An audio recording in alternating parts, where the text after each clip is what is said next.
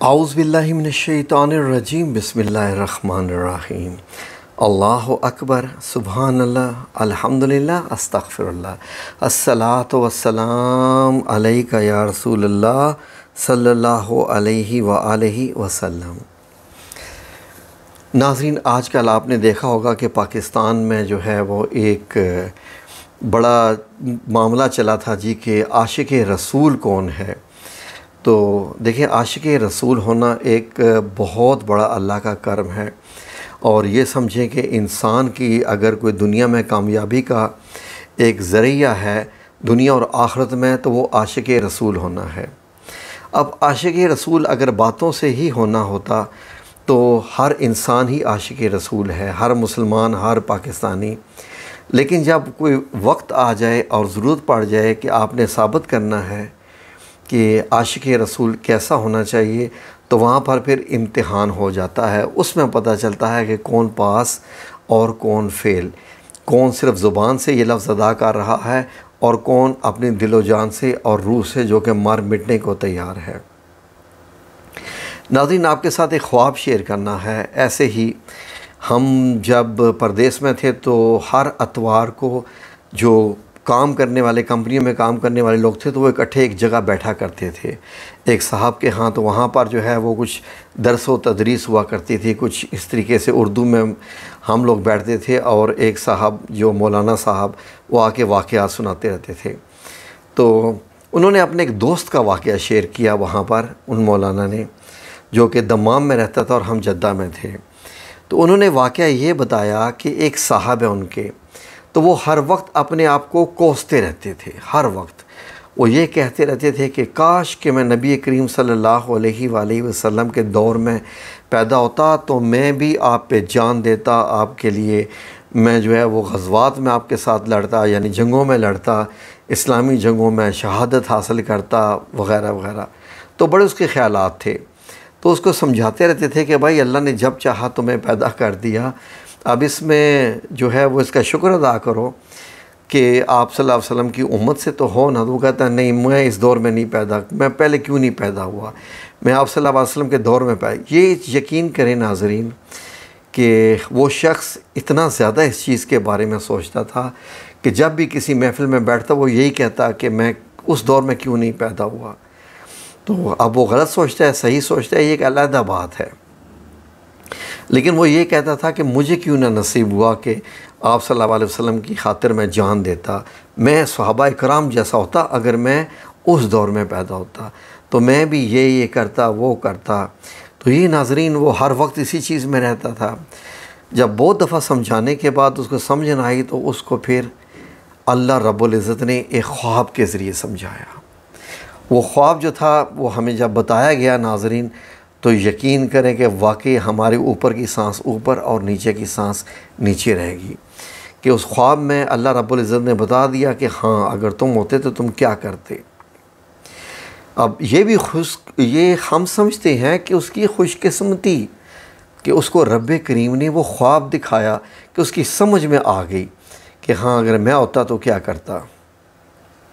नाज़रीन, जो उसको ख्वाब आया, जो कि उसने फिर शेयर किया सबके साथ, वो ख्वाब ये था कि उसने देखा कि अब अल्लाह रब्बुल इज़्ज़त मुझे माफ़ करे अगर कोई ज़ेर ज़बर की गलती हो जाए।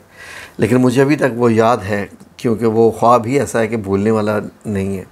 वो कहता है मैंने ख्वाब में देखा कि एक जीप है, यानी गाड़ी है एक, वो पहाड़ के ऊपर की तरफ जा रही है। तो उस जीप में नबी करीम सल्लल्लाहु अलैहि वसल्लम मौजूद हैं और साथ चंद सहाबा इकराम भी मौजूद हैं। उनके क्या नाम हैं वो कहते हैं मुझे नहीं पता, लेकिन चंद सहाबा इकराम भी मौजूद हैं।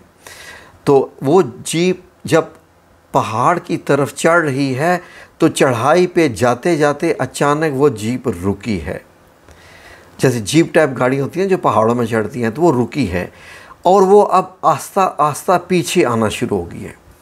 ये कहता है कि मैं भागा हुआ गया और मैंने जो है वो सोचा कि क्या करूं क्या करूं क्या करूं, ये तो जीप पीछे आ रही है और इसमें तो नबी करीम सल्लल्लाहु अलैहि वसल्लम बैठे हुए हैं, तो उनको तो मुझे बचाना है, मैं क्या करूं।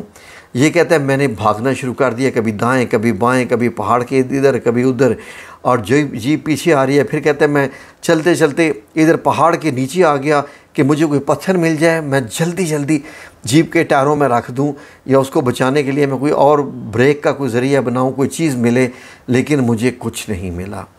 इतने में मैं बड़ा परेशान कि मुझे कुछ नहीं मिला, अब क्या होगा, पता नहीं गाड़ी के साथ क्या हुआ होगा।